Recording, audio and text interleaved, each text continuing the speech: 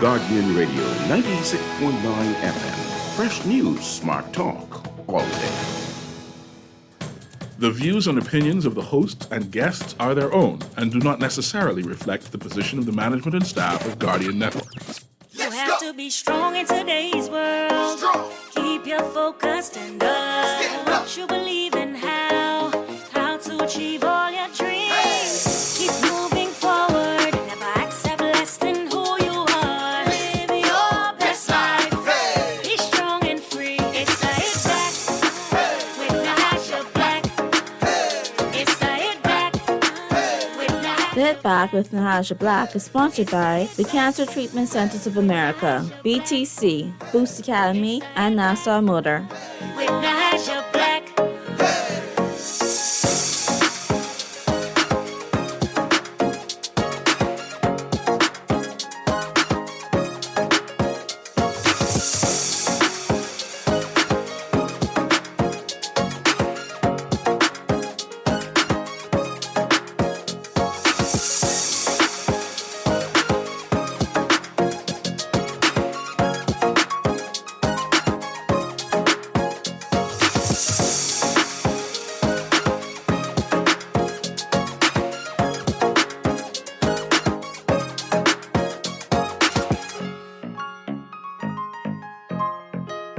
Afternoon, Bahamas, and welcome to the Hit Back. I'm your host, Nahaja Black. It's a beautiful day here in the 242. I hope that everybody's doing well, taking care of yourself, and living your best life today. All right, everybody, we got a lot of stuff to talk about today. I got a big show for you.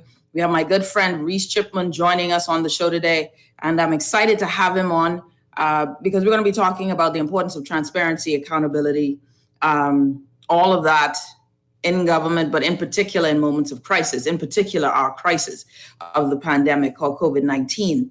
However, before we get to that, I wanted to start off the show with a few things that have been on my mind, a few things that are in the news today that I think is worth mentioning, right? Worth mentioning because of what is in the ethers, what is in the atmosphere. Now, where I have a problem today, ladies and gentlemen, is that as I've said many times on this show, COVID-19 is not a joke. It is real. It is out there. It is in anyone. It is mobilized, moving to and fro. It is a real thing, right? Like, why are we acting like it isn't a real thing? One of the challenges with COVID-19 has been misinformation, right? The need, especially on social media. Y'all, we love social media a lot. Bahamians get most of our news online. We get it through Facebook. We get it through well, depending on your age, right? If you're a millennial, you're getting it some through Instagram, but really, no. Twitter, we got Bahamian 242 Twitter, but that's a younger crowd that don't believe everything that is sent to them. Then we got this older group of folks. Everything that is sent to you on your phone, you believe. Get it in the WhatsApps, right? It's a whole other kettle of fish. And we like to send false some people are built to be mischievous. They're paid to be mischievous. Some people are just innocently unaware, uninformed. And so they're sending and sharing information that fits their narrative. And that is what has been going on in this country for a long time, pre-COVID. We share what fits our narrative. We like to listen to. If you are leaning conservative, you like Fox U.S. conservative. You like Fox News. It leans and shapes to your narrative of how you view life. If you are more of a liberal or progressive, left-leaning, you love MSNBC. It fits more to your vein. CNN is supposed to be middle of the road, but we know it leans a little bit more moderate or to the left, right? So what fits our narrative? And that happens even in your timeline on Facebook. One of the challenges with Facebook has been that they create their silos, right? You can find your group, your space, and what you're looking for, what you searched on Google, it'll show up in your timeline. The algorithms work for you. You get the ads that work for you. Google does it. Facebook does it. So now we have where entities are connected, your silo, my silo, misinformation is mingled with pieces of truth. And then we begin to believe what is shaping our narrative. Where it bothers me, and it doesn't, I've come to realize, in the words of the great Commissioner Paul Roll, it is what it is. Like Paul Roll tagline, created that tag. But since he said it when people was going through all kind of hard, it is what it is. Break curfew, It is what it is. Police officers having big funeral when it's against the law. It is what it is. But I digress. That's not where my point was going. Just wanted you to know why I like that saying so much. But you understand that that's what it is. That's where we are. It's not new to the Bahamas. It's just where the world is. We are all tightly woven into our silos.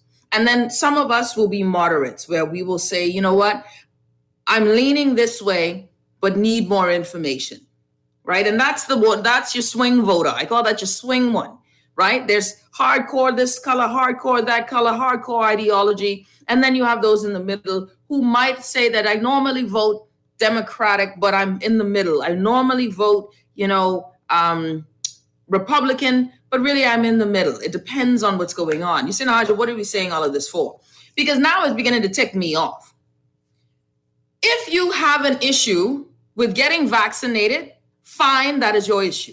I would hope and pray that all of why you are deciding not to get vaccinated is based on information that is not just coming from the silos of which you live, right? That we go through those places or to those places that are in the middle of the line. It's where you believed something before when it fits your narrative, but now that it doesn't, you don't. That's all, and that's fine. For those who have decided to get vaccinated, I hope that your decision isn't based on the herd, but on information which you deem qualified information. This vaccination thing is not supposed to be tearing the country apart or creating narratives that are false to put fear in people to do it or not to do it. So today I got the WhatsApp, people messaging me all day from top up to down. Is it true, Nahaja? Because this is the WhatsApp message that is going around, that Dr. Lockhart and her husband were fully vaccinated and they both caught COVID. She is fighting for her life. He passed away. And now, that's why they'll never get me to take the vaccine because they're fully vaccinated. They were never vaccinated. And the fact that I have to say this is just upsetting to me, right? Because that's none of your business. The truth of the matter is that someone lost their spouse. Who wakes up? If I lose my husband today from COVID-19, God forbid, knock on all the wood I can, you think I care if they're vaccinated or unvaccinated? That ain't none of your damn business. It's none of your business. But to go and create a narrative to help create the messaging that you want is deceptive. Okay? It's deceptive and it's wrong. And I want y'all to share this. Share this. Y'all want to share misinformation? Share this. Doc is grieving. I spoke with her. She's not fighting for her life. She's fighting with a broken heart. You know how many other people are dealing with broken hearts today because of loved ones that they lost? 309 numbered today, and many not added to the count. And y'all want to start a narrative on who is and who isn't? Instead, let's get on our knees and pray. The Bible says, mourn with those who mourn, rejoice with those who rejoice. This is not a time to celebrate your point. People are dying. People are sick. PMH does not have sufficient equipment. If you go to PMH, the odds of survival, if you need it, I'm sure if they really told us the math, is less than those who can afford to go to doctor's hospital. And guess what? Doctor's hospital is screaming no room in the inn. And guess what? It doesn't matter how much money you have. If you get this virus and you happen to be the ones who fall under this realm of comorbidities that are susceptible to something so contagious, then it won't matter if you are vaccinated or not. Plus, we are not at a place of herd immunity. So people will get it. All of us will have this bout where we will come in contact with it. And guess what? The blessing is 80% of us, I think actually now it's 78, 77% of us will recover. God is good. We won't feel it. We'll be fine. But then there are others. We got to stop this. Stop it, please. Whatever your reason is, you ain't the Bible told up for vaccines or unvaccinations, being vaccinated or unvaccinated. Let the experts on both sides. I would rather hear medical or epidemiologists from their sphere, one who's pro and one who isn't. I would rather have that debate. I would rather listen to that rather than Joe Blow all of a sudden because he Googled something. All of a sudden, he's an expert. I respect people. I respect people across the board. You don't need a degree or a degree to determine if something is good for you or not. Some people swear that they can go ahead and take all forms of bush medicine and they are whole. People swear by it. And then there are others who will say, no, bush medicine don't work for me. Who's wrong? It is a personal decision. It is a personal choice. Your goal is to make those personal choices with the most information that is accurate and not just in your silo. Test yourself, test your resolve on if you're truly seeking truth and come out of your silo of information. Go into the uncomfortable space where someone doesn't agree with you and listen. Listen. Don't go in ready to fight or rebut. Listen, because if you're truly seeking truth, truth has the ability to sit and listen, absorb, learn. Take from it what you will, refuse what you don't. But we won't fight. We want a war. People are hurting in this country, man. Don't know whether their spouse is going to make it through the night. 1 minute you're here, the next minute you're gone, and you will make a false WhatsApp. Share this. They were not vaccinated. Share the truth. Share the truth that there's a woman today in the hospital, not fighting for her life, ready to go home so she can be with her children. And we doing this foolishness to fix a point, to go with a narrative? Stop it, please. Stop it, please. There are too many lives in the balance. Please stop it. Let us move forward as one country. Choose what you want to do. Don't be the person that tries to tell someone else what they should and shouldn't do when you know you ain't got all the information. I spoke today, I chatted today with two people who have had their lives on, watching life as it is slip away, and God has been gracious. God has been good to them. Two people. I chatted with Bishop Walter Hanschel today. Bishop is doing better. He's hitting a curve. He's feeling better. That's someone who's seeing the sun and the new dawn, the new day, and hopeful, knowing what it is for when it seems as if it's going dark and this might be the last.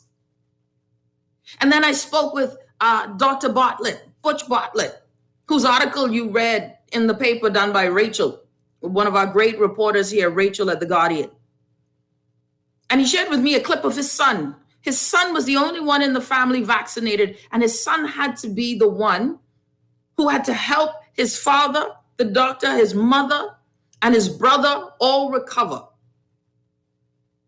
So this thing isn't about if you're vaccinated or if you're not vaccinated. Families should not be divided on this subject.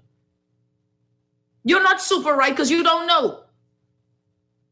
We know there are facts. Vaccinated people can get COVID-19.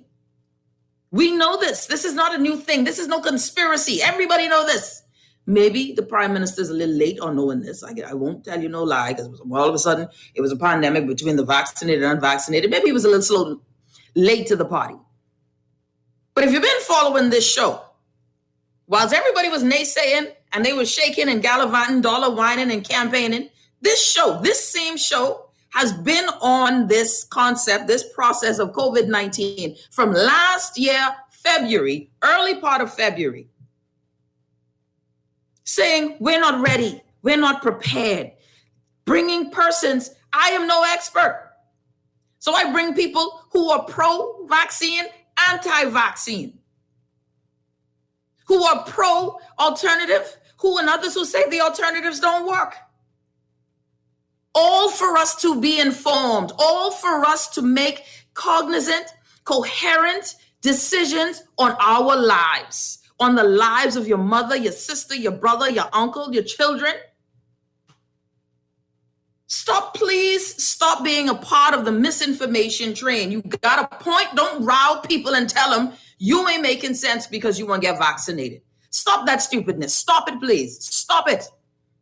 I find that the people who herald and talk the most are the ones who need more. It's like an atheist all of a sudden telling everybody who believes in God, you're stupid. All it is to me is that you're just needing more people on your side so you can justify your decision. Choose, own it, glory in it, and move the hell on. But there is no need to create misinformation. If you are fearful, then you handle your fear. But don't try to dissuade people. There are people with comorbidities who are really in jeopardy. I'm not telling you this from anecdotal evidence. I've seen it in my household. I've seen it in my family. I know what this thing could do, and it wasn't Delta. Now I got a friend who's lost her spouse, saving lives, working on the front line for folks who were vaccinated and unvaccinated. And we got the unmitigated gall to create fake news to fit a narrative.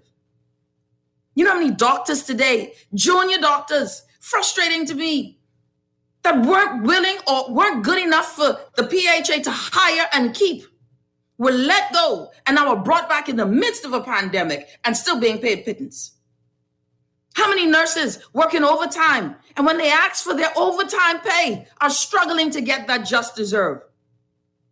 To save your family and mine.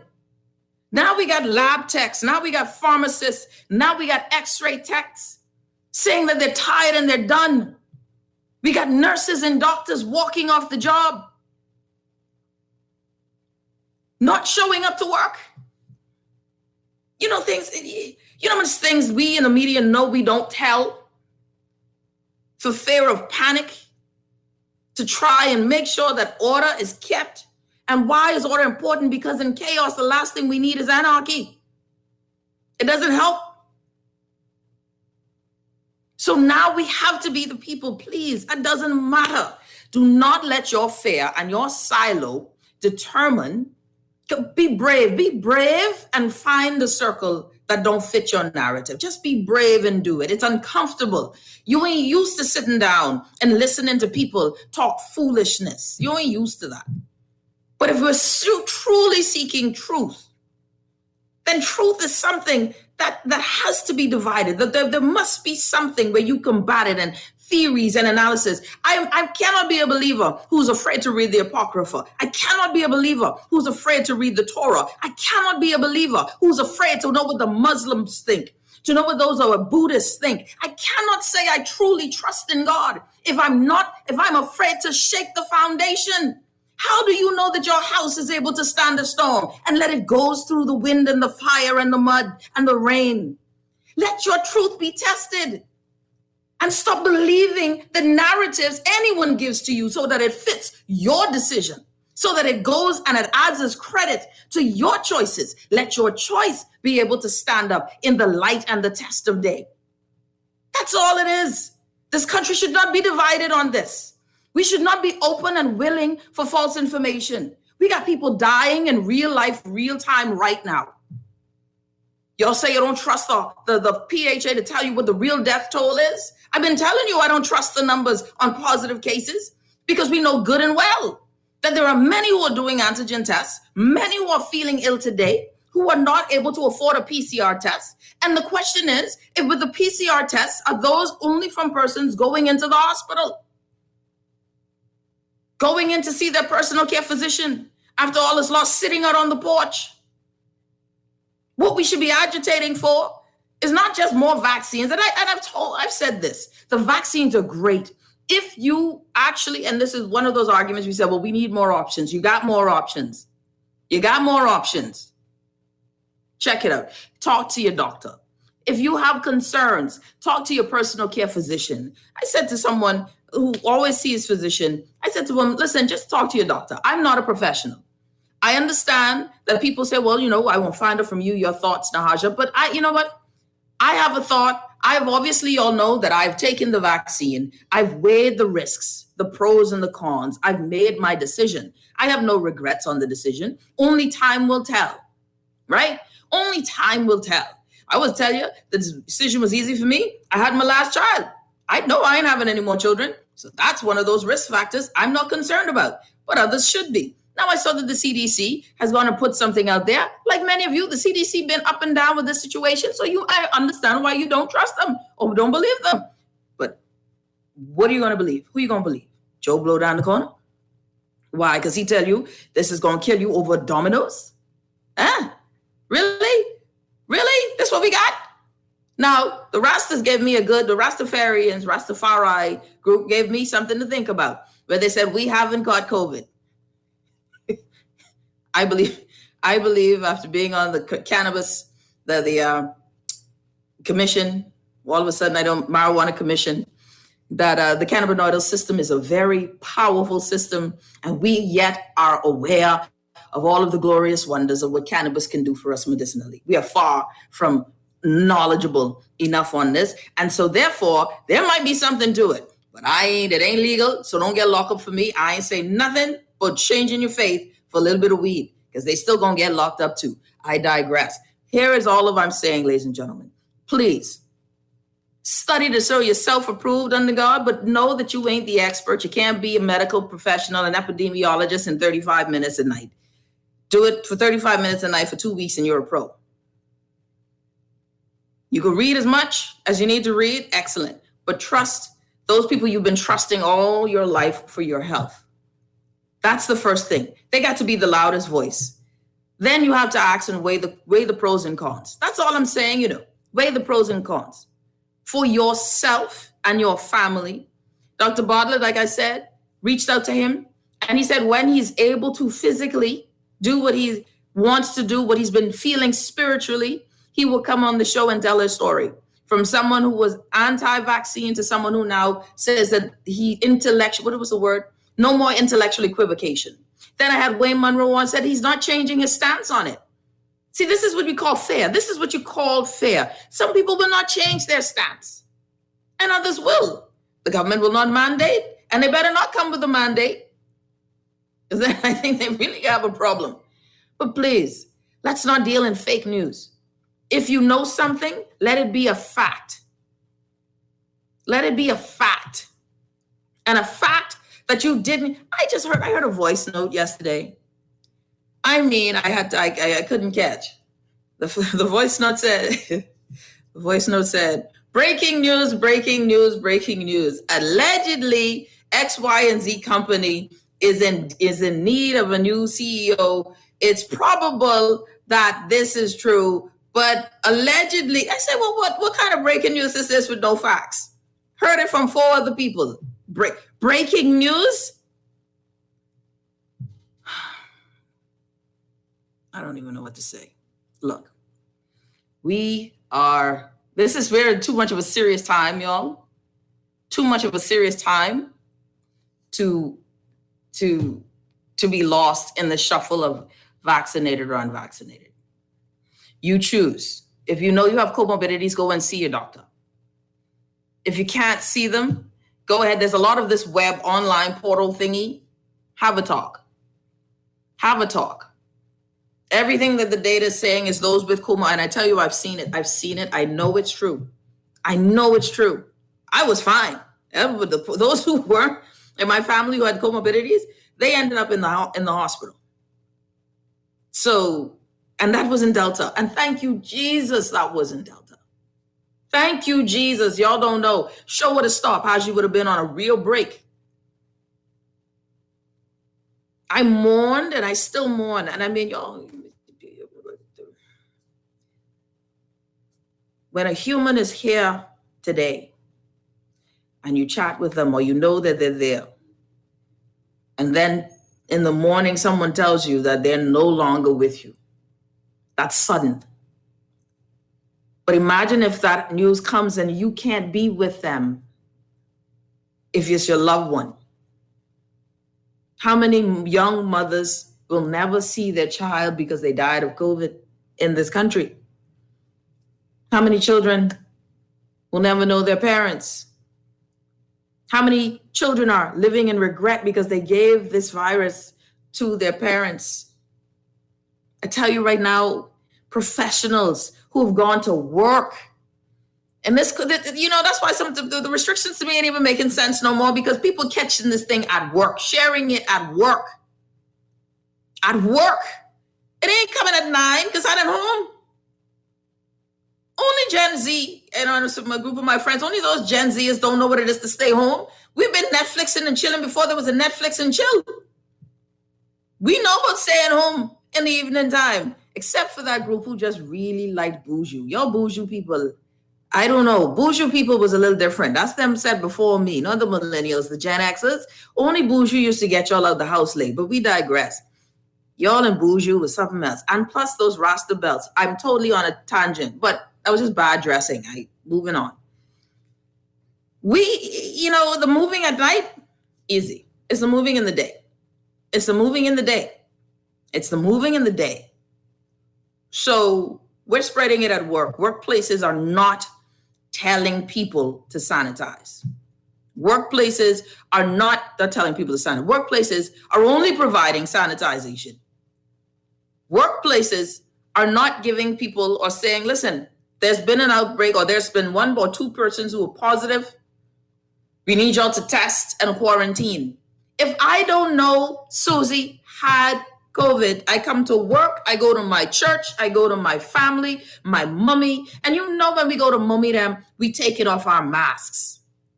You have to. Employers must be responsible in telling staff that we had someone who was positive. We will be reaching out to anyone who the staff member has said they were in contact with. We will be closed. It's expensive, but we will be closed for X, Y, and Z days to clean up or wipe down.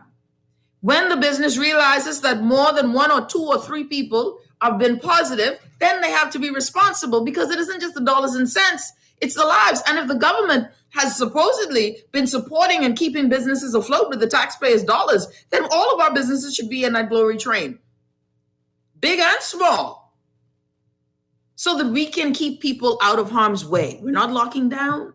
People aren't getting vaccinated, and the hospital is not getting the equipment it needs.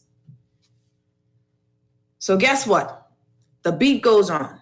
But please, if you are going to you've made a choice, do not let your choice become your clarion call so that you get more people on your bandwagon. Those who are vaccinated cannot continue to tell people who are unvaccinated you're dumb. That's dumb. You ain't winning no friends with that. You're not making converts.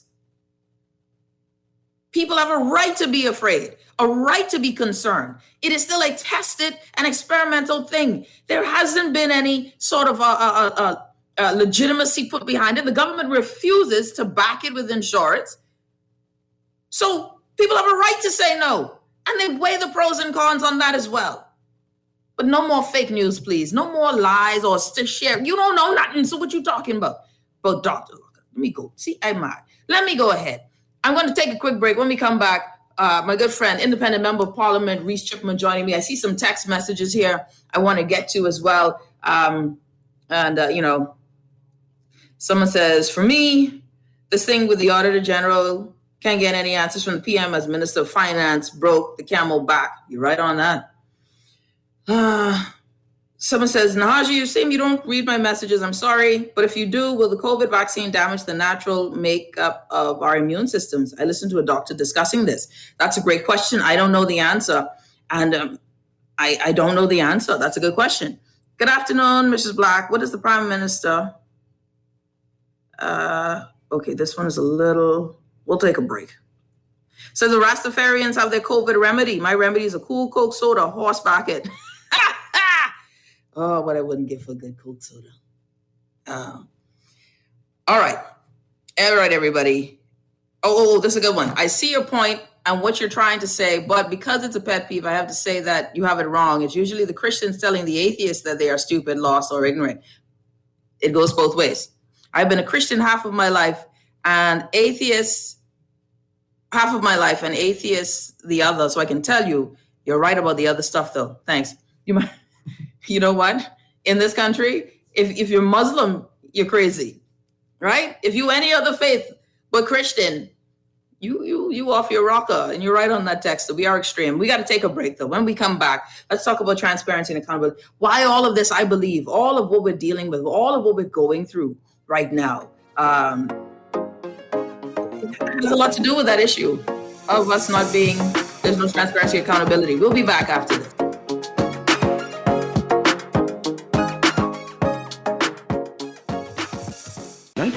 .9 FM. Fresh News, Smart Talk, all day. Beulah gal, can you believe this? We are now the patrol queens of the neighborhood. We now large and in charge. So we need to check out what's going on in everybody's yard. What about that gun that we know that Junior and his homeboys just ran out? Can we report that too? Of course we can. But we could be in deep trouble if they find out. We need to report what we see, Beulah. When you call Crime Stoppers, they just answer your call in Miami. So then we can report everything? Guns, where they hiding the drugs, who shoot who part of which gang, or who disturbing the peace with the loud music and the motorcycles. Then our neighborhood will be the best in the Bahamas. And everybody gonna want to come live here. And then our house price will go up, gal. So what we waiting on? What's the number? If you see something, say something. Let us all pitch in and stop the crime before it's your time. Call 328-8477 from Nassau or 242-300-8477 from the Family Islands. Or text us through the Crack Crime Bahamas app. Stop the crime before it's your time. Looking for a roomy SUV that's affordable? Take a look at the new Chevrolet Traverse. It seats up to 8 and is ranked best in class for cargo space. Its spacious interior design offers the latest features to keep you and your family entertained. What's more, you'll get up to a 5-year, 100,000-kilometer factory warranty along with Chevrolet's superior engineering and safety record. So, test drive the new Chevrolet Traverse today at Nassau Motor Company on Shirley Street, where standards are higher. Enjoy an elevated mobile experience with BTC, giving you unlimited talk for the best conversations, unlimited data for all your online fun, and unlimited roaming to stay connected while overseas. For just $50 per line. Unlock unlimited mobile talk, data, and roaming when you sign up for BTC Superfast Fiber Internet with speeds starting at 100 megabits per second. Enjoy more great savings and value. Upgrade or sign up today. Visit any BTC store or btcbahamas.com. Conditions apply. When I got prostate cancer, my family didn't know if I was going to live.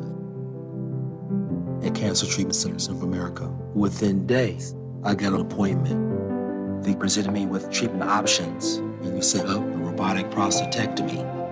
When my scans came back, there are no signs of cancer. They don't see you as a number, they see you as a part of the family. I'm going on with my life. It's a real gift. Call us at Cancer Treatment Centers of America. It's the Hit Back with Nahaja Black. It's the Hit Back with Nahaja Black. It's the Hit Back with Nahaja Black.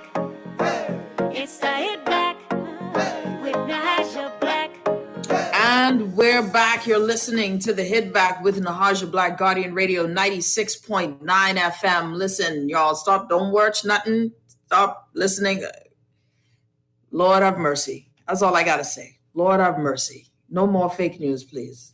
Stop sharing foolishness you can't confirm just to fit your narrative. I didn't preach that message. That message has been brought forth. I left it on the altar.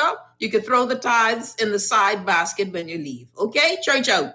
We got my good friend joining me, though. Someone who I highly respect. Before it was vogue, before it was sexy to go against the green, this brother was saying, I can't stand for it. Before it was sexy to be independent in the House of Assembly, people were throwing in all kinds of shade. When this brother of mine said, you ain't doing Dorian right, I can't be a part of this. Now everybody want to talk like they was there for this. Okay? Before, when there was, misinformation on my good brother, and he said, no, dear Mr. Prime Minister, either you apologize or there shall be papers served. This brother has been up and down for the people. I call him a champion. I am not even hiding where I lie when it comes to someone like this. This is a champion in the House of Assembly. My good friend, now that I've gotten to know him, did not know him before he ran for office, did not know him right after he came in. We met, and it's kindred spirits. We are looking for this country, in this country, ladies and gentlemen, for people who are willing to fight when there is no glory. People who are willing to go to battle when they're alone. That is who we're looking for. When there is no reward other than the reward or the hope that change will come. And my good friend now, I call him a friend because I don't want anyone else who are friends if they ain't like this brother. My good friend, Reese Chipman. Reese, how are you, my friend? And you got to unmute your mic before you say a word. Unmute your mic. Hello, Nahaja. It's good to see you. I haven't seen you in a while, and I love to hear. Oh my, thanks. Maria Alstein, my good friend. I know your wife's hair color is similar. Yes. Yeah. So Yes. I know you'd like it, Maria. Yes, But it's good thank to you see very you, Reese. much How for are having you? me, Nahaja. Very good, very good. The summer's been long, and it's good to be back. It's actually was very good to be back in the House of Assembly too yesterday and the day before, because that was a 3 month break that was said to have been a break, but of course we came back to discuss and to vote on the emergency order extension. So it's good to be back, and it's good to be home because I was off the island as well with the kids for some weeks, and so I'm back now. And so it's pretty good to be here and to get back into the swing of things, and of course to see the people of Centerville and to get back to getting on the ground, campaigning also, and of course getting to visit all of the constituents, especially the elderly. Yeah, well, you can't go in groups of greater than 5. So I'm watching your group size, Reese Chipman. I'm watching your group size.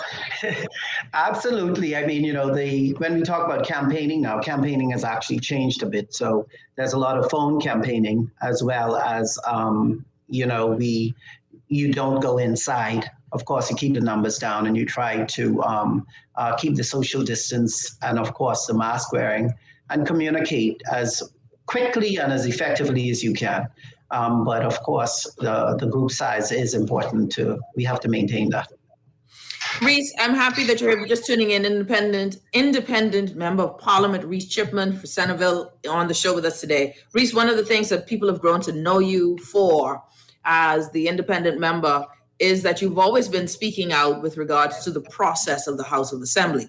What is how things should look, things that we didn't know about. How many, I remember you showed me the different committees. How many committees or I think it was committees or boards that exist. Boards that exist in the country. For somewhere so small, I feel like you have a board of checkers that we probably pay in. It's just so many boards that are in this country, right? So there's so many things that you've taught us. And I think we're all appreciative of that. So this discussion today on transparency and accountability, when I saw the Auditor General's report, I thought of you. When I saw the transparency report by the U.S. Embassy, I thought of you, right? And there was something else. Oh, and the emergency preparedness bill, I thought of you. Because I knew that you were looking at these things. You've been preaching fiscal responsibility. Let's go to the Auditor General's report. Let's go there. The Auditor General's report, I believe, was damning. I believe that it was telling and damning at the same time. When you read it, what did you think? Well, the thing is, I read it and I thought, my first thought was, I think a report like that could have been done at any point in time over the past 15 years. It's something that is a part of the political system where, for example, we're not providing the reports annually, and these are legislative commitments that SOEs have, state-owned enterprises have, or even quasi-government organizations have. And so what we have, what the report reflects is just really basically what I've been saying all along. Before I even get to that part, Nahaja, just wanted to comment on your comments prior. And in April of 2018, I had given notice for a select committee on the phenomena of social media, and of course its impact, and of course the negative effect the false and unsubstantiated publications have on our people. And I bought that from 2018. There was no real thrust from either side to even look into this type of select committee, which would have, of course, helped us even 3-4 years later. And so somehow the auditor's report also reflects, it is factual, which is good, But I think we could have saved ourselves some of the political narratives if we had approached the negative phenomena of social media a little earlier. Yeah. And so when we look at the report of the auditor, yes, he is on with the way he references the fact that there has to be more accountability and more transparency in government. But like I said, this report could have been written anytime within the past 20 years, because it's the same thing. One political party comes in and they do the same thing. They do not push for reports of committees of the House. They do not push for question and answer days. They do not push for transparency. They love that the state-owned enterprises have no reporting, do not produce their reports. And so the Auditor General, I think, this report is long time coming. I just, when you look at it from politically, you want to know, why is it presented now when the issue of this pandemic is so pertinent, it's so potent? And you wonder if it is in itself a distraction from all the hurt, the pain, the overwhelmingness of this virus. And so we must not let the politics control this virus. And we must definitely not let the politics control their responsibility to provide accountability and transparency to a people. And so the report reflects in itself what I've been saying over the many years. Where are your reports? And these reports, Nahaja, are 4 and 5 years behind, but yet we give them more and more money. So for example, the University of the Bahamas, hundreds of millions of dollars, not one report in 5 years. That's right. BTVI, hundreds of millions of dollars, not one report. PHA, $1 billion over the past 4 years. Wow. And not one audited financial report. But yet, you want to spin or bring the narrative of that you are not prepared for an environment or a pandemic environment such as this. What did you expect? We gave you $1 billion to prepare our hospitals, to prepare our medical situation, to take care of our nurses, our doctors. What did you expect if you do not provide us a report so that we at least understand the position we are in as a country? And so I'm very pleased to see that the Auditor General was bold enough, really, because usually, even though the Constitution gives him that independence, the political influence of our country tends to manage even the Auditor General's processes. Yes. And that's a problem. And so I'm good. But usually, Nahaja, in a year, in the campaign year, the year of election year, it appears as if the Auditor General gets a bit bolder.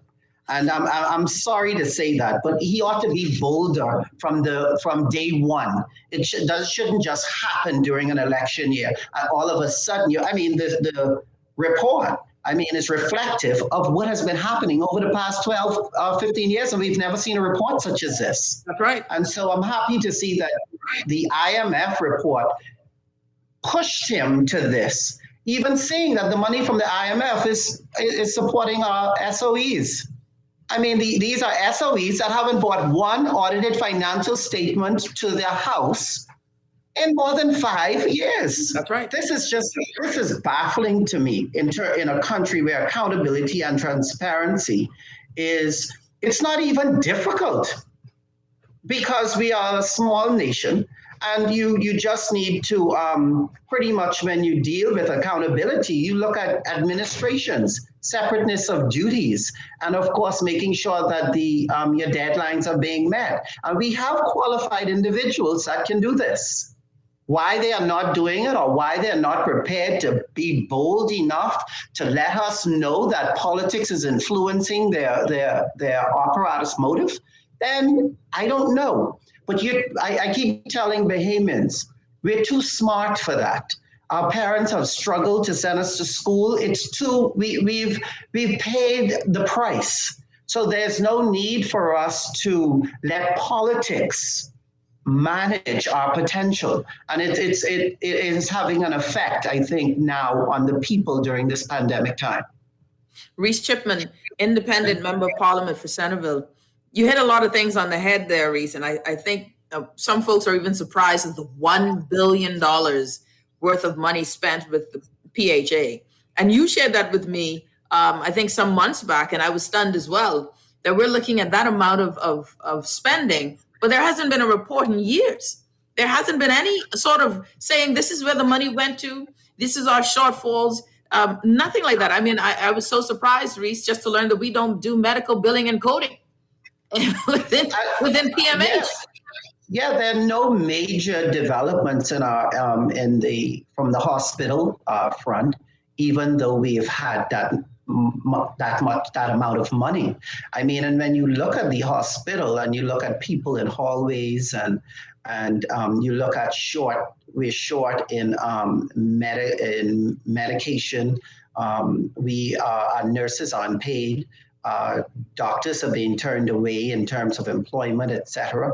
I mean, not with $1 billion, Nahaja, not in this small country. So I think that there is definitely a disconnect between the parliament and the people. And the big gap really is reporting. Because if the reporting requirements were met, the people will know what they need to do to be a part of the rebuilding process. And this is why the pandemic now has become such an issue in terms of stifling really the social and mental growth of a people, simply because we're not accountable and we're not transparent. You know, accountability is the foundation of trust. You know, I mean, someone can count on you, they can count on what you say. And this is when leaders become so popular in a positive way because the people believe and trust what they say. This administration has had a problem with trust from day one. I mean, almost everything they campaigned on, it was just the opposite. They just did the opposite, you know. And I think that as we move forward and learn more about their inconsistencies, their lack of accountability, which is destroying the very foundation of our country, then I think the people, I know the people will make the right decision at election day. You know, something that this report, some key points that the Auditor General shared with this was that 70 million or 28% of this 250 was paid to state-owned enterprises, was given to state-owned enterprises, right? And then it said something else that I thought was interesting, where it says, according to the report, the bulk of 33.66 million, so 33.66 million or 13% of the financing was spent to purchase government vehicles, monthly salary deductions, and the repayment of hurricane loan salary deductions. Whereas it goes on to say that overall for the Social Services Department, the 1.65 million disbursement for Hurricane Dorian and the 2.33 million for COVID total $3.99 million, an equivalent of 2% of the $200 million from the IMF. Now, why is that disturbing to me, Reese? Social services, we understand that this was the big talk, right? The big talk was that we spending all this money on social services, we feeding all these people, blah, blah, blah, blah, blah. But when you thought we were borrowing this money, not just to prop up and pay state-owned enterprises that have no key performance indicators, right? That still today, they can't tell us how they found $94 million to buy generators that weren't supposed to be purchased in the same vein, right? They still ain't tell us how they got that money. But we're spending these things and they're declaring it so as they were necessary purchases, but they still don't tell us who are the vendors that we're using. They won't give us the owners' names. They won't tell us anything pertinent, so we'll make sure that this money is actually going to the right places and spaces. But 2% to social services, 2% for Dorian and folks from COVID? Where is the amount? We're talking about $70 million now that they're putting into PHA for COVID, but they can't prove to us that they've ever put anything in there where equipment is shoddy, where you got tents, when they won't fix the rooms, Reese, they won't fix the spaces in the hospital already, or get us help, right? Like, I'm sorry. None of this makes sense to me when they're talking about the spending, and the Auditor General's report just shined a big light on the fact that we're borrowing money from the IMF, which tends to come with some structural issues, but they said it's a rapid finance, so that won't happen, right? But you're not spending it the way that IMF tells you should spend it. So I'm very concerned. I'm very concerned. And as you're sitting as a member of parliament, what do you say to that? Yeah, I am very concerned as well, Nahaja. And, as we look at the, as I walk around and meet and see and greet and know the people of Centerville, you look at the social services percentage, and it's really a problem for us because many of the elderly are actually being taken off of some of these social programs as well.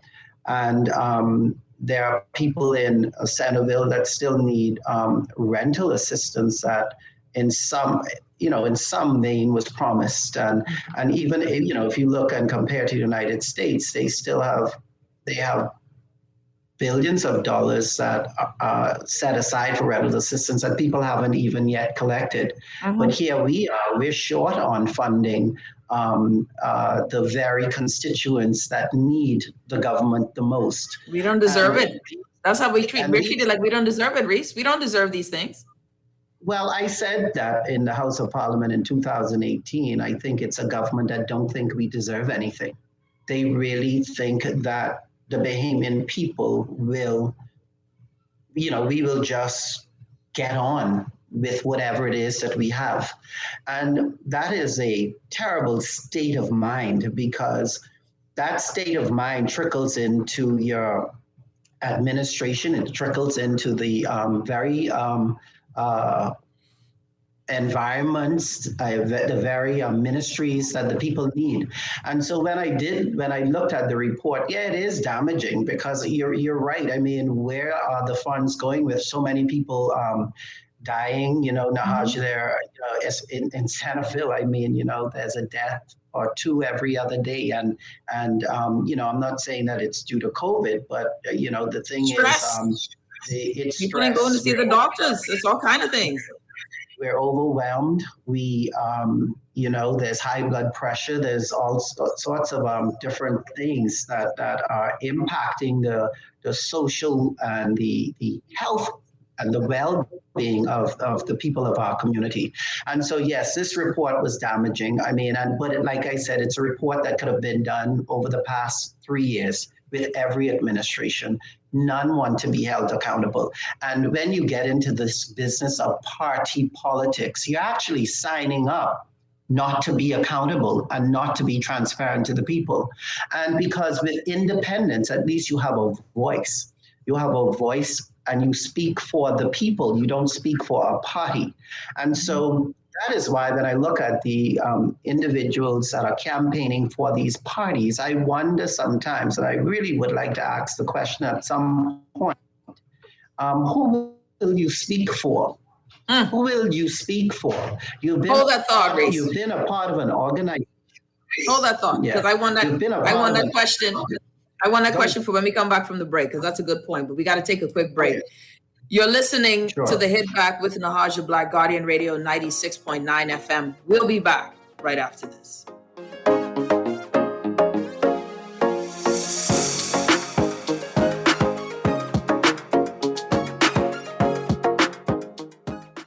This is Guardian Radio 96.9 FM, Nassau, Bahamas. Tired of banks forcing you to use technology to bank the way they want you to? Your convenience is important. So no matter what your banking needs, Commonwealth Bank's friendly staff are always available in branch for that personal one-on-one service. But when you choose technology, our online and mobile banking app offers you state-of-the-art functionality. The choice is yours. Commonwealth Bank. Bank the way you want.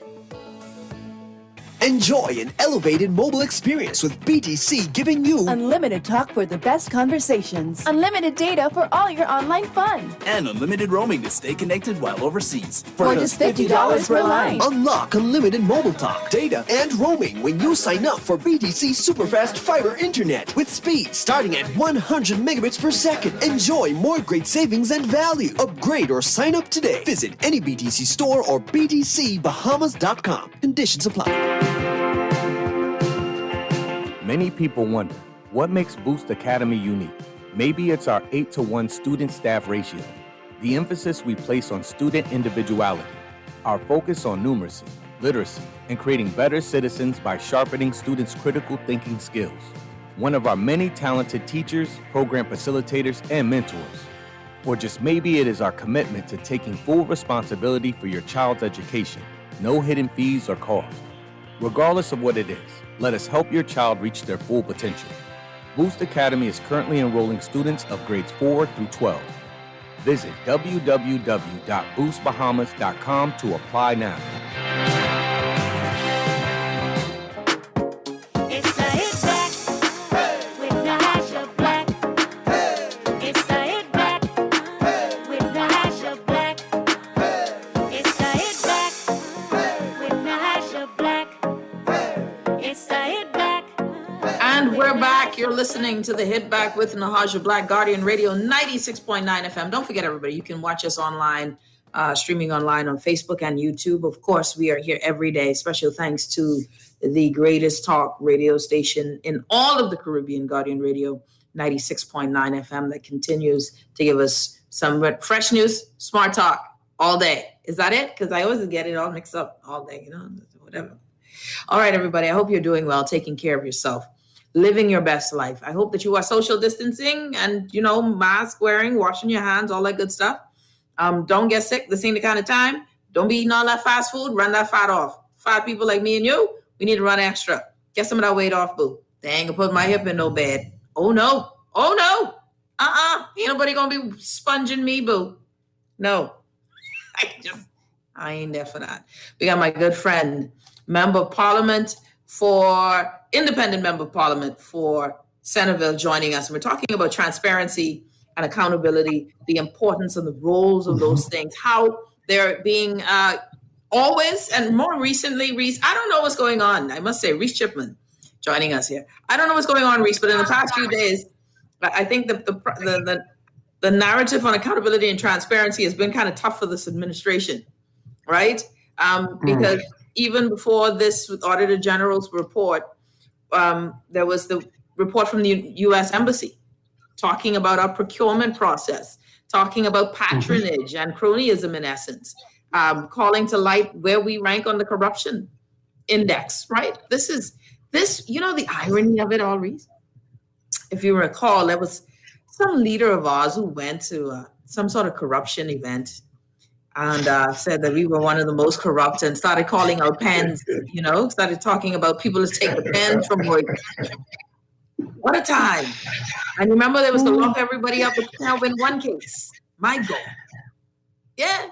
We promoting police officers who admit to doing some, shady dealings in interviews. We promote wrong, but we digress. My point is, child, what a time. When you look at, just go to this thing here, Reese.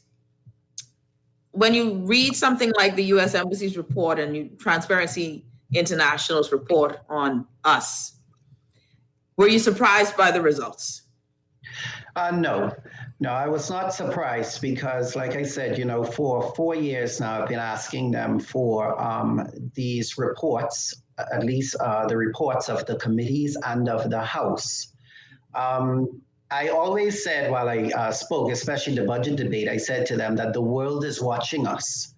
And in saying that the world is watching us, right afterwards, I would say, where are the reports of the committees of the House?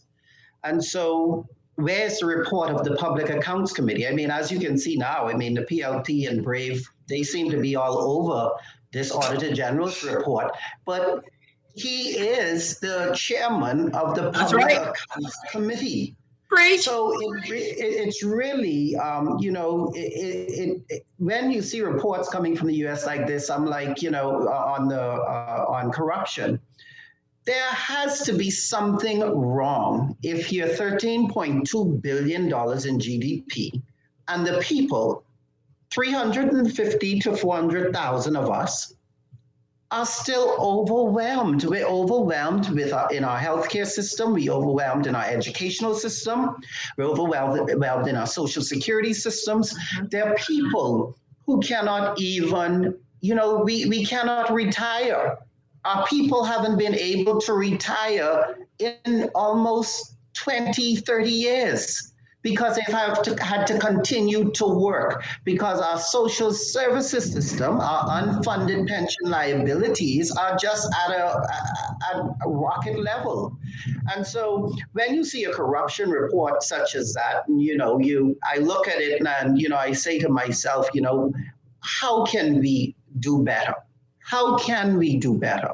What did we expect? And so when you have a government where the Public Accounts Committee is not responsive, I mean, the Public Accounts Committee is like a lame duck in the House of Assembly. And after pushing and trying to navigate and get the chairman to at least bring it to the forefront of the House, and we're not getting the reports and couldn't even get that. I was like, this doesn't make too much sense. I'm not going to be able to maximize my potential in this. I think I will do better out of this.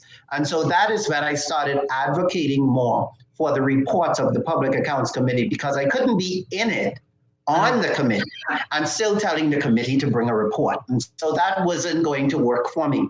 But, the thing is with this administration and our governments, I think, this administration in particular, they lack processes. The administration, the capacity of the administration is not ready to govern a people in the way that we need to govern ourselves. For example, they bought the public management emergency bill, and he said he's tabling the bill for public consultation. When since has that happened? Public consultation happens prior to you bringing a bill to the floor of the House. I mean, it's like it's just putting the House of Assembly at the lowest level. Look at the court services bill, the Freedom of Information bill. These were both out for consultation for 2 years. That's right. That's right. Or more, just so that the public can be a part of, and to bring this bill to the House, I think is so it's to the House, and to say that you're only tabling it for consultation. No, when you bring a bill to the House of Assembly, it is first reading. That's a serious place for that to be. That's what I thought. And then second reading is the debate. And so even their processes and the way they somehow this administration thinks they are smarter than the people. They really believe that they are not only they're smarter, but they have the dynamics that are going to curtail even COVID. And COVID has shown them that, because look at them, they have had to come in the middle of a period and recall the MPs back to the House. So something is wrong with their judgment, with their expectations. What did they expect when they opened up the borders? What did they expect when you started to talk about 3 and 4 cruise ships? Manage your country. Maybe we don't need so many airlines, no matter that it looks good and sounds good. We may not need that many airlines in all at one time. We may not need 4 ships in the harbor right now. We have 2, that's enough, and let us manage that. But this administration has taken away even the very fabric of the qualifications of our ministries, and has just left us and the people out to dry, just hanging on every decision that they're making, and it's not working. and they just refuse to accept responsibility, which is accountability, because if you are accountable, then that means you are responsible. And then when you are transparent, it also means that you're inclusive and you want to make us aware so that we can all be a part of the rebuilding process. And so I think there's something about how new and how inexperienced this administration is when it comes to governance. And you don't have to be experienced. You just have to be able to appreciate and recognize talent. That's it. Recognize the people. Stop throwing talent aside as if it's nothing just because you are the MP or because you are the prime minister.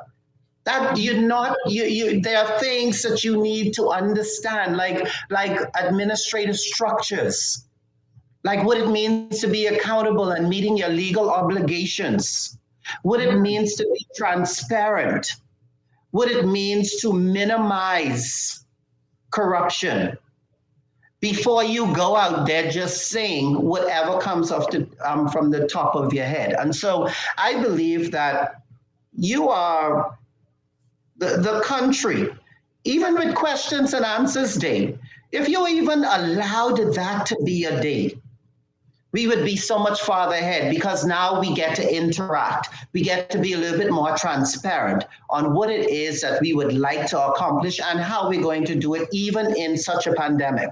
And this pandemic is even more overwhelming, Nahaja, because of our lack of accountability and transparency, our lack of reporting, our lack of connecting with our people. You know, we're just losing it.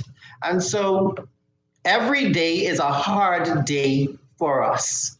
It's very hard mentally in terms of just trying to figure out what is best for us and our families health-wise, and then looking at what is the future, what does our future look like? And with the foundation not in place, you almost cannot be intentional about your direction. And so I think this government is way off in terms of their direction. I think their GPS is broken.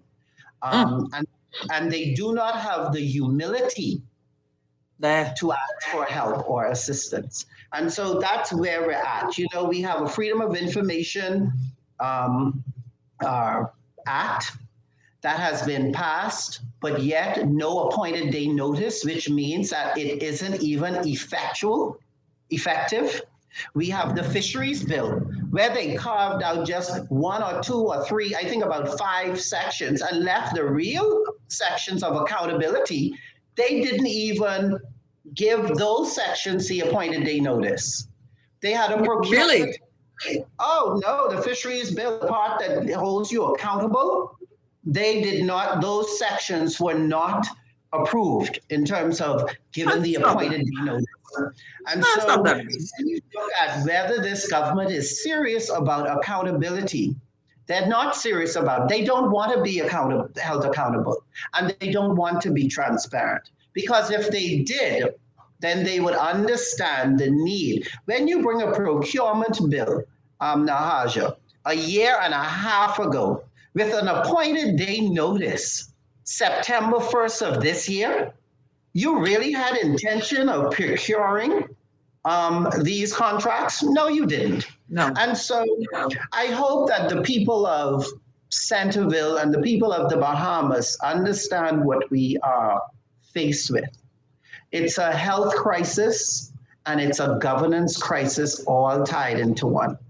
And because of that, because we have a governance crisis, the health crisis will have a major impact, not only on our finances, our personal finances, but it will have a major impact on our mental health.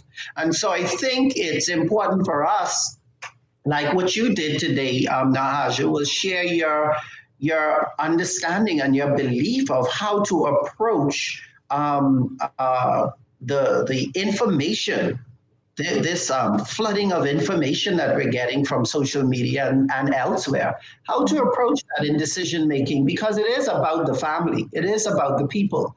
And I think that once we understand that, we will move along and we will be ready for election day, because election day is crucial. It's crucial. It's crucial. Yeah, it's crucial. And you know, we will be living through a COVID environment even at election time. I don't see it going away, and it will not go away. And so we need to learn how to live with it, being responsible, making decisions that are in the best interests of our family, our country, and our people. But it will be here even in and during an election time. And so politicizing it won't help either party. You know, it wouldn't help either party. And they themselves, I think, don't even know it, because their message is not resonating. The people who they are paying to send the narrative, it's back. It's not even, you know, even the people who are getting paid are getting frustrated. That's right. Because, yeah, because they can't get paid if the narrative don't go out right. And so when the person who paying realize that it ain't hitting home, they can start to slow up and back up on the payment. And so I think what we need to do is start to take some let's, you know, be responsible. You know, I'm not going to put out a narrative. I don't care whether it's a party narrative or not. That is not true. That's it. Okay, so it has to be truth for me to even start to talk about it, or I have to believe that it is, and then of course reference my belief. But I think we ought to come together as a people and recognize what is at stake. And what is at stake? The lives, the livelihood of our children, that's at stake. Would you trust this government or our party system to take care of your children? Because that's what you're going to leave here. You're going to leave your children, our children, the children of the Bahamas going to be left in the hands of governments. Let me ask you something, Reese Chipman. Reese Chipman, independent member. It's what I have to say. Go on. Independent member here with us, Sanderville, Reese Chipman. Let me ask you this, Reese. Let's talk about the Public Accounts Committee, right? Help me. Now, the fact that, and I'm glad you brought this up, the fact that we had the U.S. Embassy's report, right? We know that the Speaker of the House, you know, what it was, undo? What's the right word? Anyways, he reversed. Reversed. He reversed the impediment to what the Public Accounts Committee could do, which was demand for papers to come, not needing for the present government to, you know, hold or have any control of what can be brought forth in terms of information or evidence when we're investigating something. This now is the power back in the hands, supposedly, of the people, if it's in the hands of the righteous opposition.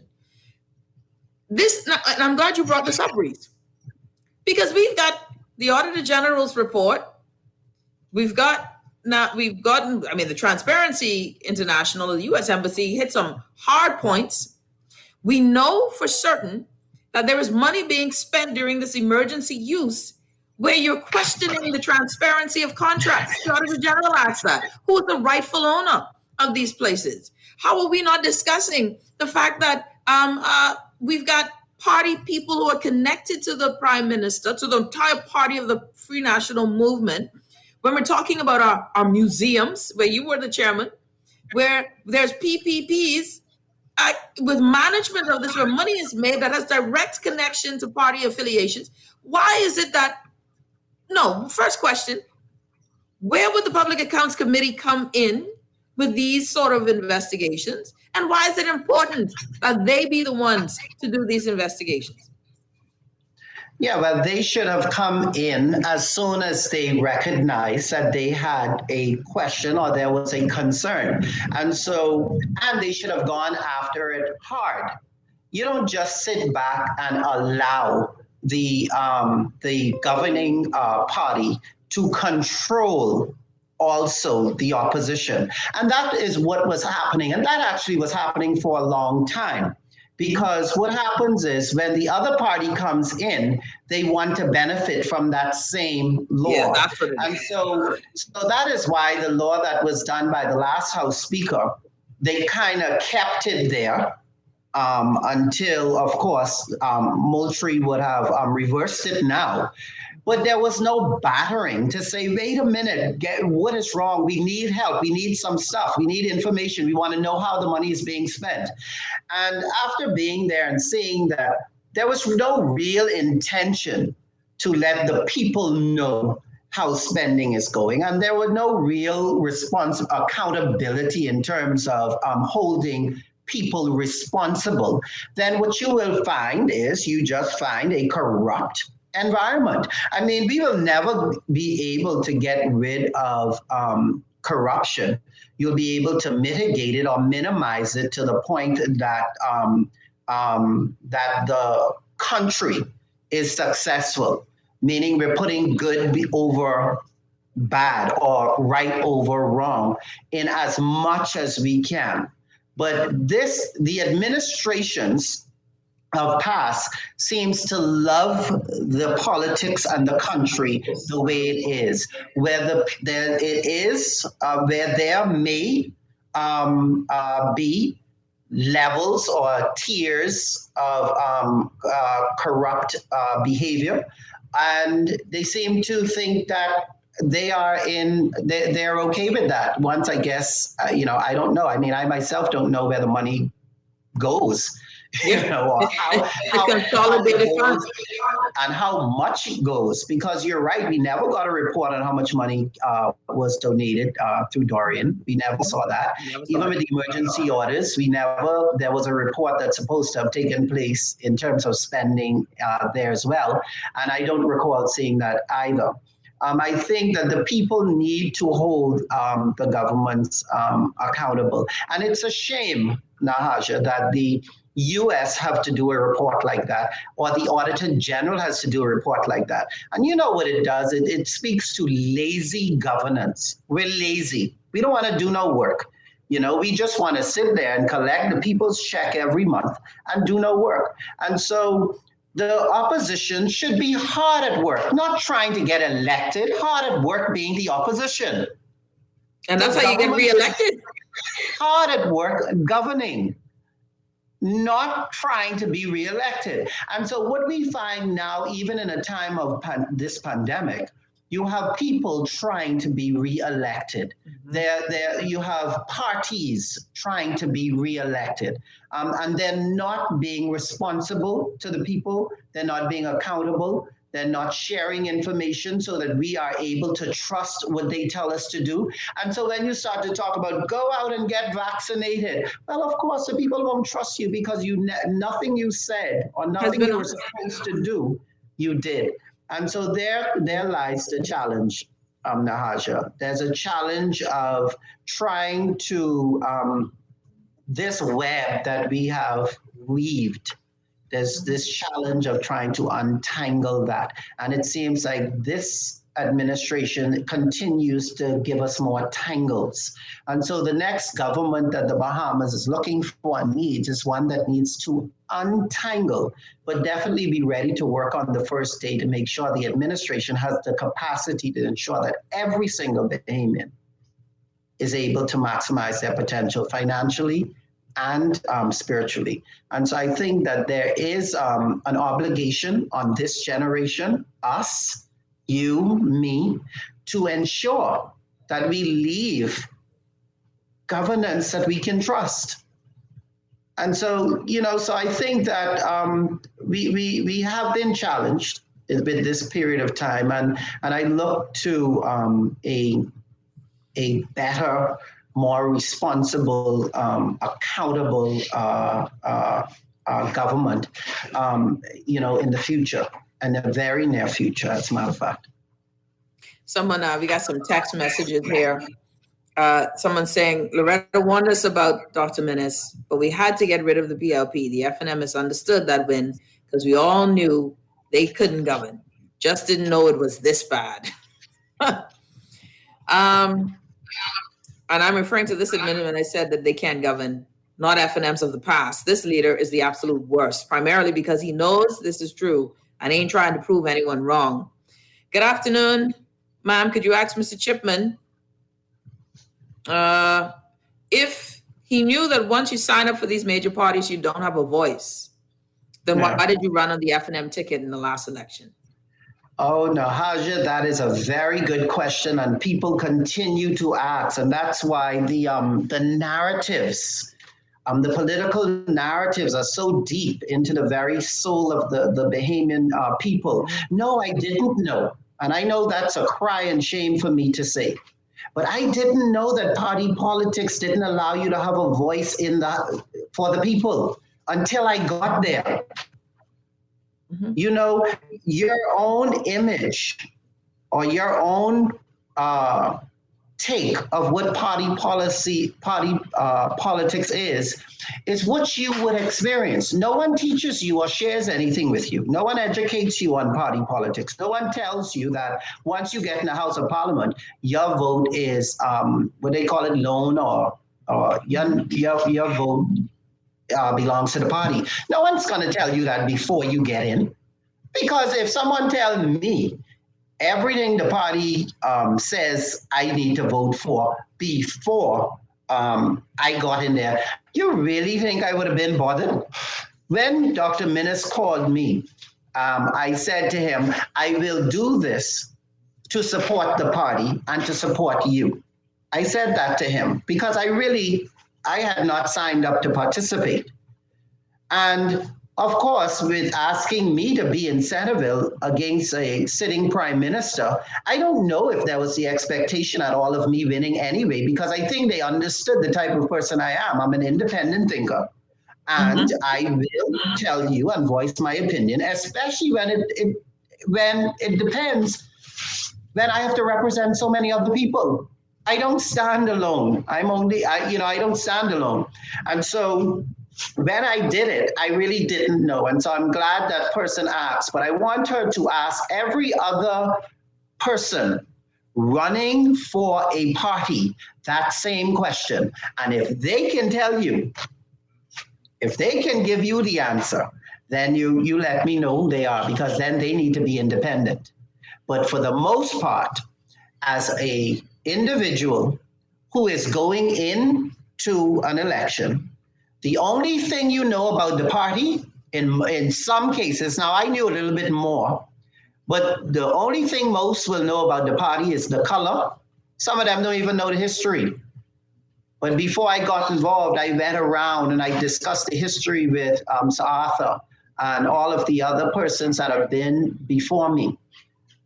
But a lot of them are being handpicked by their leader, and therefore they have an obligation to do what he says, I guess. But I don't think that's good for democracy, and it's not good for progress, and it's just not me.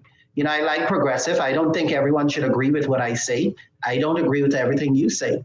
But at the end of the day, we must be, the majority wins, and we work in the best interest of the people. Reese Chipman, independent member of parliament. Wow, this revelation makes Mr. Chipman a hero in my books, $1 billion in 4 years. And people are still, surprised really about the amount of money that PHA has gotten over the past 4 years. And I think that will stick with folks, knowing full well that we just gave $70 million more, still no accounting of it, right? Still no accounting. We're going to take a quick break. No report. And this is something that I know you've asked for, Reese, on the floor. You've asked for a report. I mean, for many years, because once you're giving money away, you want to see, how the organization has been doing, so you want to see how they're performing. When people come to me and talk about their salaries not being paid by the government, I always go back to the reports to see why they would not have been paid. And it's very difficult to share with people why you weren't paid when the government gave so much money for this particular cause. And so I think, again, too many times we come into politics to become, I guess, rich. I think people think the narrative is that it's a business. and you get in it, and you will be wealthy overnight because maybe that is what they might have seen in some circumstances. But public service doesn't require that. Public service requires passion, it requires advocacy, it requires cause. I can't give what I don't have. So if I come in with no money, how can I give you money? Right. if I come in with no sense of accountability, how will I give you that? If I come in with no transparency history, how can I give you that? And so we have to remember, Nahaja, that we cannot give what we don't have. If I come in not loving people and appreciating the wonderful people of Centerville, how will I be able to give and share my love with them?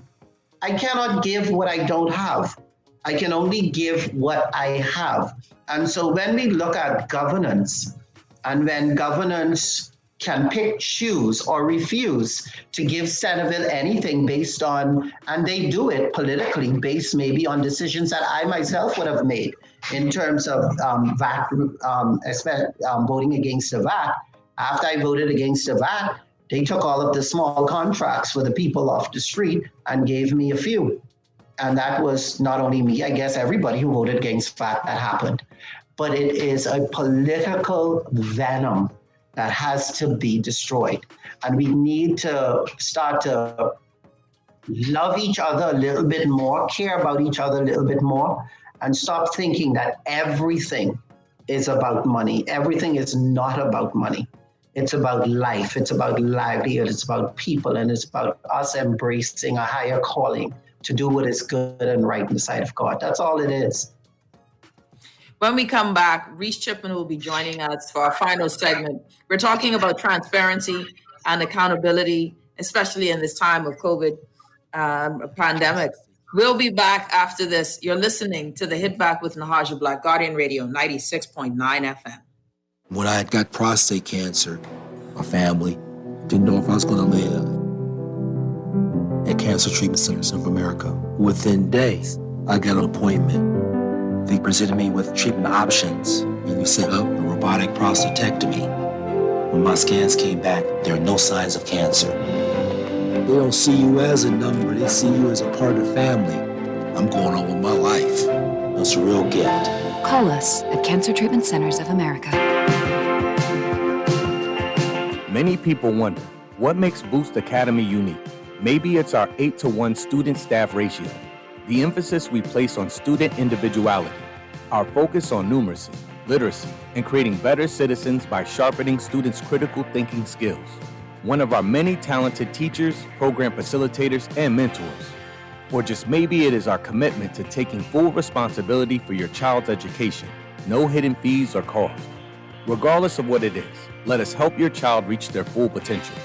Boost Academy is currently enrolling students of grades 4 through 12. Visit www.boostbahamas.com to apply now.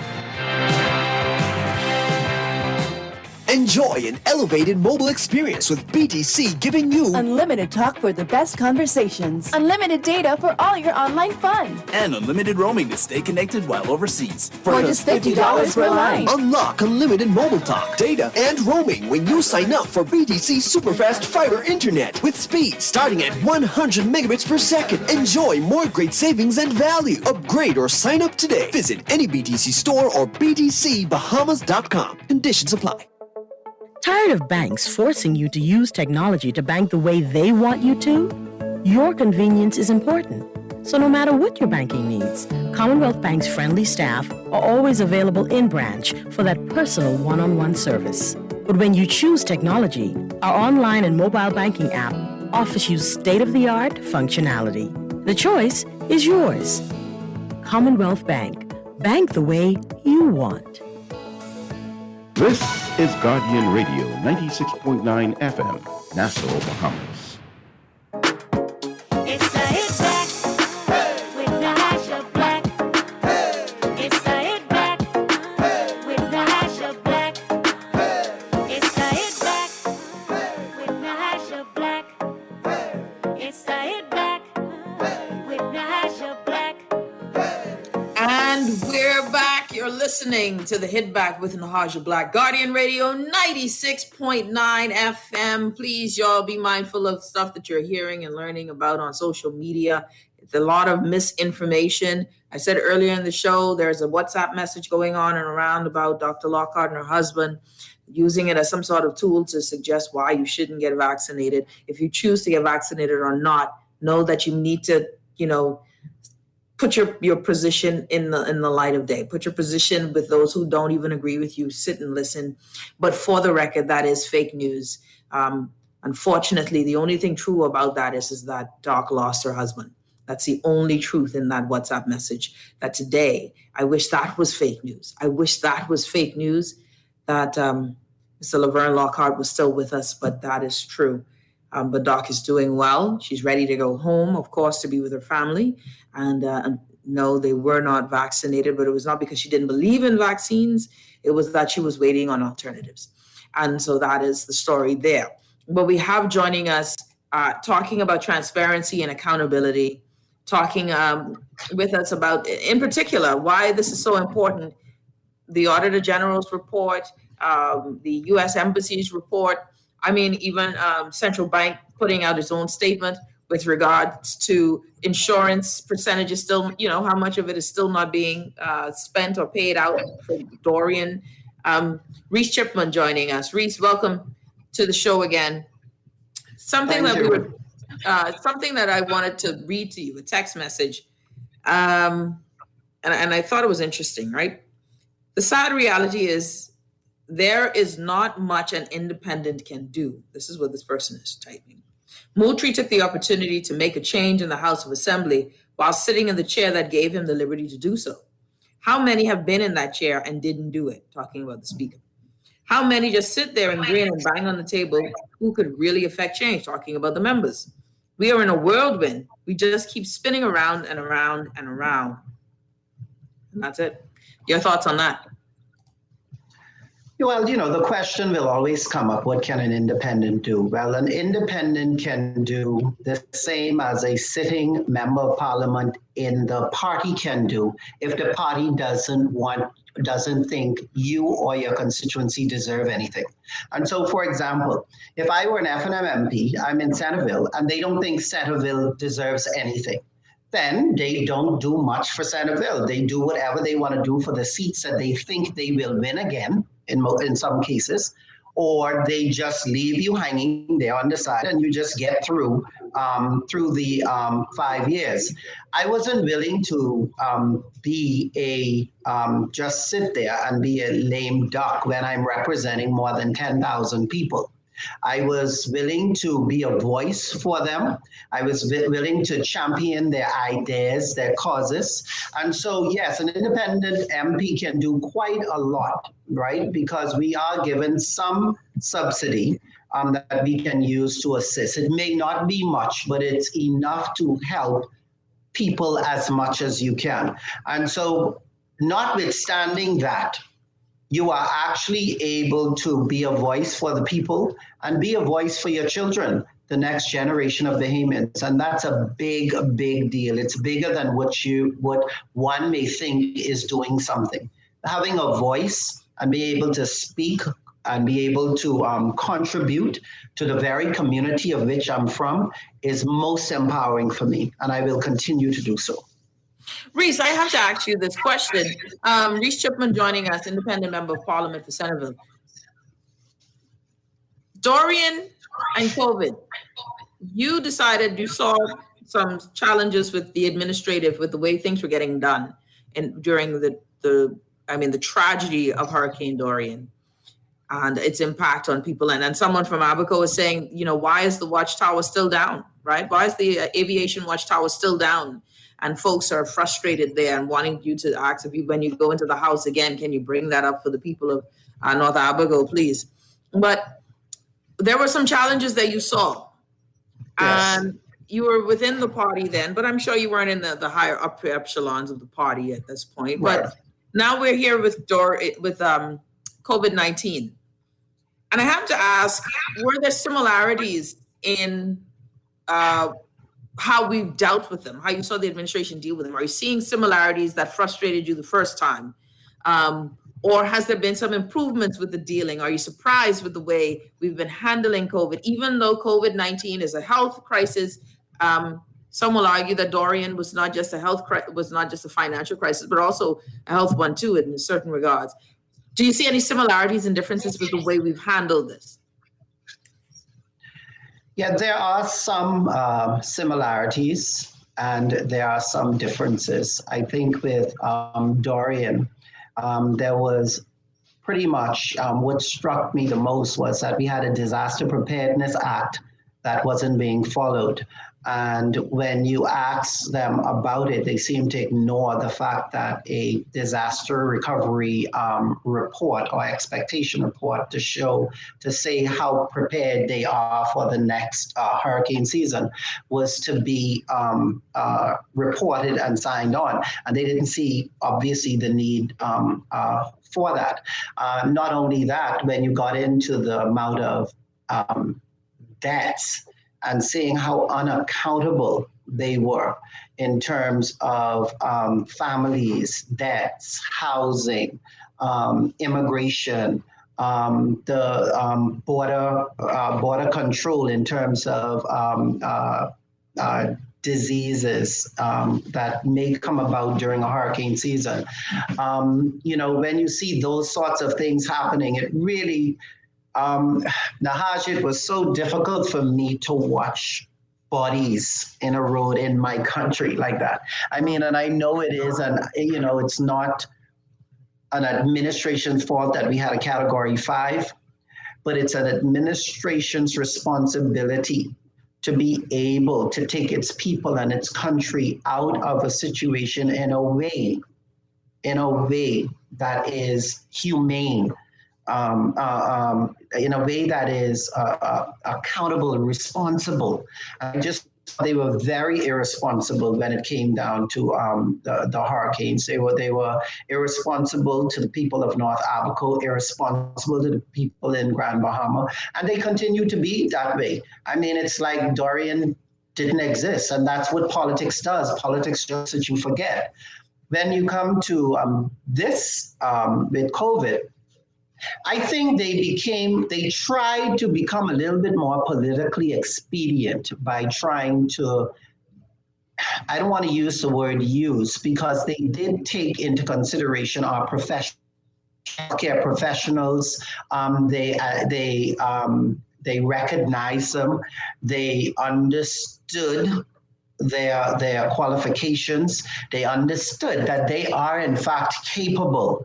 However, when politics kicks in now, even our professionals and our people who are so capable are shoved to the side for this re-election thing. And so a lot of these persons who would have been at the forefront in terms of the medical profession, they may not want to say, how difficult it is dealing with politicians in the Bahamas. But we all, our professionals, our qualified persons, our licensees, we have a difficult time with our politics. And this is why the country cannot grow for its people. It's because the politics controls almost every single dollar that you make. And that's a broad statement, but it's true. The economy is driven off of what a politician believes or thinks you should have. Mm-hmm. And if they think you shouldn't have anything, you wouldn't. And if they don't think you should be on this show or talk show here or there, they call and see how they could manipulate it and get around it. Mm-hmm. We have to stop that. That is not sustainable. It will come to a head at some point. And right now, that's what COVID did. It brings it to a head. We are now realizing, Nahaja, that we, the Bahamian people, have taken care of ourselves. It wasn't a party.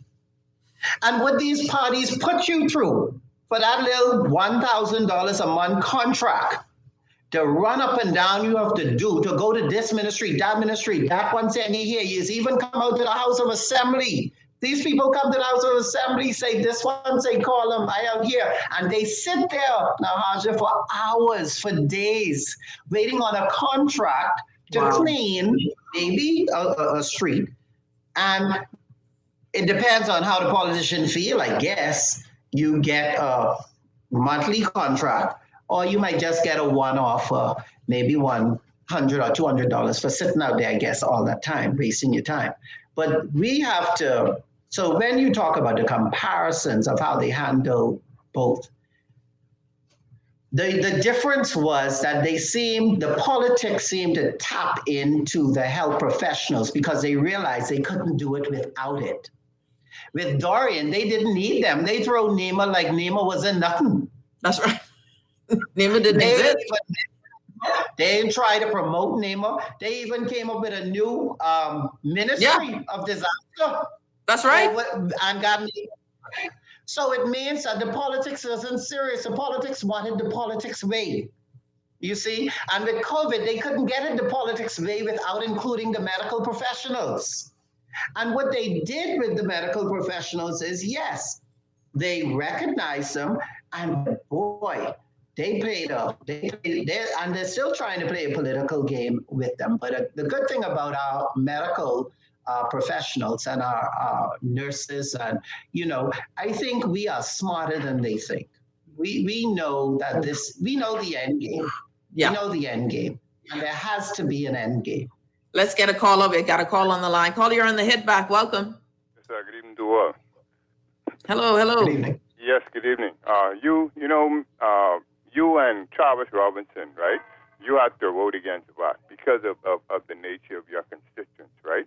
That you have an issue here. UB did a study on livable wages, like $600 a week.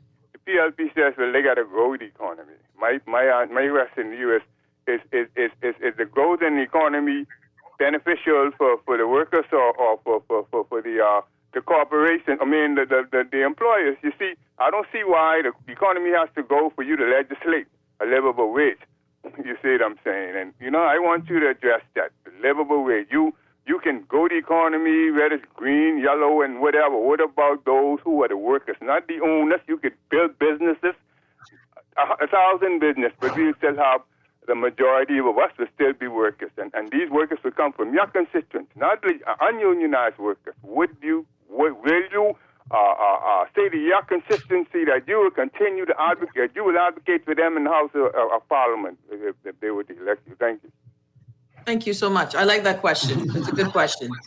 Yeah, it's a very good question. And he's right. I will continue to advocate for them because many of my constituents have been on the minimum wage for some for 20 years, Nahaja, and expected to build families and to grow and maximize potential. And so, yes, I believe a livable wage can happen. And it should happen. And no, we do not have to grow we even at this rate, a livable wage is possible. But we keep our people at this minimum wage because we want to keep them wanting and needing this politician to do this and that for them. And so if we were to consider a livable wage, I totally agree. And the minimum wage is just, to me, too little. And too little, too long. And it ain't livable. You're right. And so I think I agree with him. I think I will continue to advocate for higher wages. I will continue to advocate for a livable wage. Along with that, I will continue to advocate for proper education and proper physical environment for education. The schools in Centerville have been the same, look the same from I was there. And I think that we need to be concerned about these things. Yeah. When you've been around for 40 years and the school hasn't changed. Let's take this call. Yeah. Caller, you're on the hit back. Welcome. Okay, we lost the caller. Before we go, and I know we're running out of time, caller, if you want to, you can call back really quickly if you wish. One of the challenges for us, Reese, and I think will be not a challenge, but I think it's something that is exciting for us in this time. If you're just tuning in, Member of Parliament, Independent Member of Parliament, Reese Chipman, Centerville, is that the mindset of change has to be greater than the mindset of fear or the conditioning of fear. The uncharted road, or the one that you have never gone to, but your forefathers did, because we're not new to Right. being independent. Before there was this party structure, every member of parliament was an independent, right? So we were okay with our colonizers being independent members, and then we had to create a party system. But for us, even looking at some of our warriors, right? They're independent and firebrand spirits. What would you say to people to get them out of their fear of the independent being powerless? And you got 2 minutes. Well, first of all, Nahaja, let me say that both parties, right, have abandoned the principle of accountability and transparency. Both, they just abandoned it. They're not interested in either or. But what do I say to those people who have a fear of an independent representative? Is what I say to my constituents and any forum I get to speak to is that you are an independent person. You have done it yourself. Don't let the parties make you believe that you didn't do it. You brought up your children. You made sure they were fed. You made sure they went to school. You made sure you had something to eat. And so it wasn't a party that did that. You had to do that, and you had to take and put up with all the sacrifices necessary to do that. It wasn't a party. It was that independent spirit, that independent, resilient, Bahamian spirit that made it happen for you, for your children and your family. And so I'd like to, and I would still like to, it's tough because the narrative is already there, but we have to keep talking. We cannot stop teaching and sharing that independence is important. And not only important for self, but it's important for country. And so if you, as an independent person, bring forward an independent member of parliament, therefore moving us closer to an independent, a truly independent country, you would see some magnificent economic movement because transparency will be the order of the day. You have to be able to include others, you have to be able to make others aware of the progress so that we all can be a part of the rebuilding process. So it isn't an easy sell, Nahaja, or the independent character or the independent representative, because we have had the opposite for more than 40 years. But we still must continue to encourage people to go to the polls thinking independently. Think about the track records of your people who are vying for office. I mean, my track record before I even entered the House of Parliament was, I supported the Diabetic Association, the Ranfley Home.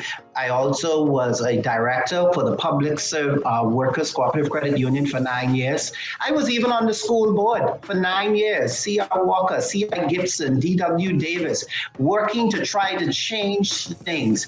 I remember, Nahaja, I was the chairman of the D.W. Davis School Board, which is right in the Centerville constituency. And, and we were trying to change the name from the Ratbats to the Royals.